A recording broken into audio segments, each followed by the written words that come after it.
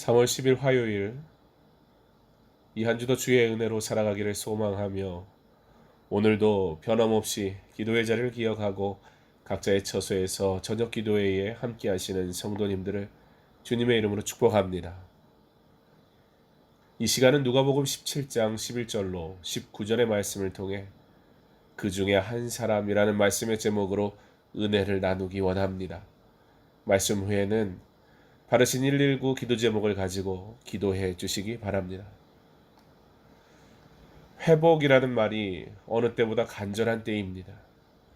병이 회복되기를, 일상이 회복되기를, 예배가 회복되기를, 믿음이 회복되기를 간절히 원하는 때입니다. 선생님이여, 우리를 불쌍히 여기소서. 나병 환자 10명이 기대하지도 못하던 상황에서 예수님을 만나게 되니 다급하게 외칩니다. 12절 말씀에 예수님에게 소리를 높여서 말해야 했던 이유가 나오는데요. 그들이 멀리 서 있기 때문이라 기록합니다. 그들이 멀리서 예수님께 외칩니다.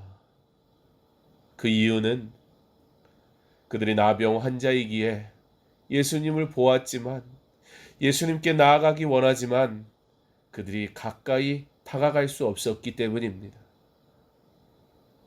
레위기와 민수기에 보면 율법은 나병 환자에게 다른 사람들과 어울리지 말 것을, 곧 스스로 격리될 것을 요구했습니다. 그럴 수밖에 없었던 이유가 나병은 사람 간 접촉으로 감염이 되기 때문입니다.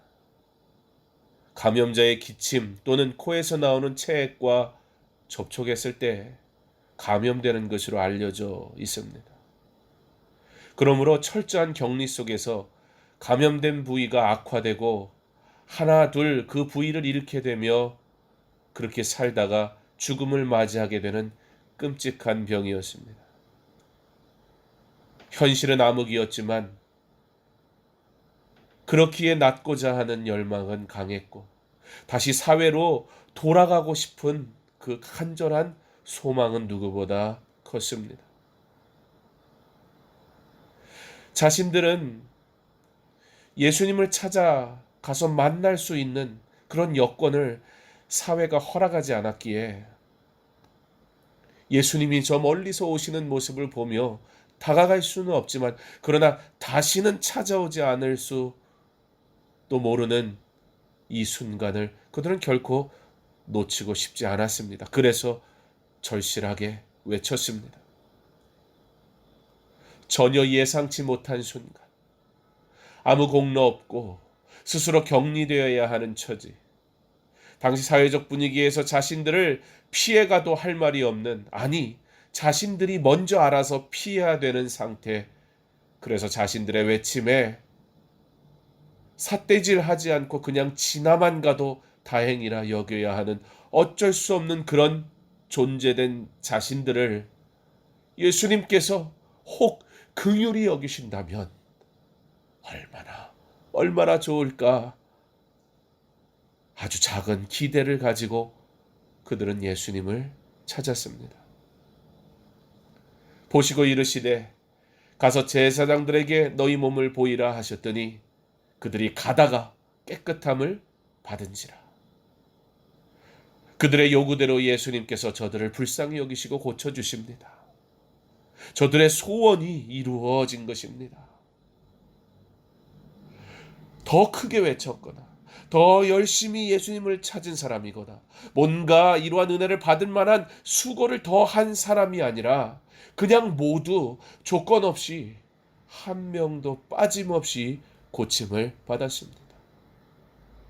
그런데 오늘 말씀해 보니 구원에 참여한 자는 그 중에 단 한 사람이었습니다.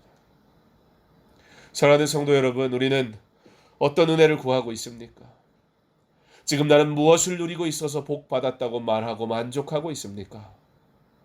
내 소망은 고침입니까? 구원하심입니까? 제사장들에게 너희 몸을 보이라. 깨끗이 나았다는 사실을 증명하여 일상으로 돌아가게 하십니다. 예, 맞습니다. 하나님은 우리에게 일상의 복을 주시는 분이십니다. 더군다나 요즘 같은 때 우리는 이 일상이 얼마나 그립습니까? 그런데 이 일상이 회복되는 순간 우리의 모습은 어떨까 생각해 보지 않을 수 없습니다. 혹시 우리의 모습도 나머지 9명의 사람들과 같지는 않을까 염려됩니다. 코로나19 바이러스도 언젠가는 끝이 날 겁니다. 그리고 그렇게 회복을 외치던 소리도 점점 작아질 것입니다. 아니, 각기 제 살 길을 찾아 다시 떠날 것입니다. 멈췄던 일들을 해야 하니 아마 더욱 분주해질 것입니다. 그렇게 은혜는 잊혀지고 절실함은 사라지고 나아가 은혜를 은혜로 알지 못하고 그저 하나의 해프닝으로 여겨버릴지도 모릅니다. 회개와 거룩성을 외치던 소리도 다시 잠잠할 것입니다. 교회는 다시 사람을 살리는 일보다 사람을 모으는 일에 집중할 것입니다. 모이는 예배를 사모하던 이 마음, 그 절실한 마음, 다시 언제나 주어질 당연한 예배로 소홀해질지도 모릅니다. 세상을 보며 십자가의 길보다 이 땅에서의 복을 말하기 분주할지 모릅니다.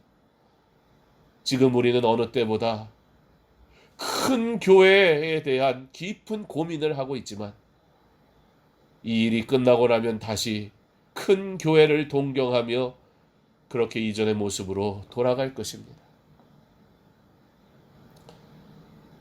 한 사람, 그런데 한 사람 주님께 옵니다. 그 중에 한 사람이 자기가 낳은 것을 보고 큰 소리로 하나님께 영광을 돌리며 돌아와 큰 소리로 외칩니다. 이전에는 가까이 올 수 없어 할 수 있었던 유일한 방법, 절규의 큰 소리였다면 이제는 구원의 은혜를 감출 수 없는 소망의 큰 소리입니다. 그가 예수님의 발 앞에 엎드립니다. 주님이 찾으시는 그 한 사람, 그의 배자, 내가 그 사람 되기 간절히 주께 예배하네. 주 은혜로 이곳에 서 있네. 주 임재에 엎드려 절하네. 그 어느 것도 난 필요 없네. 주님만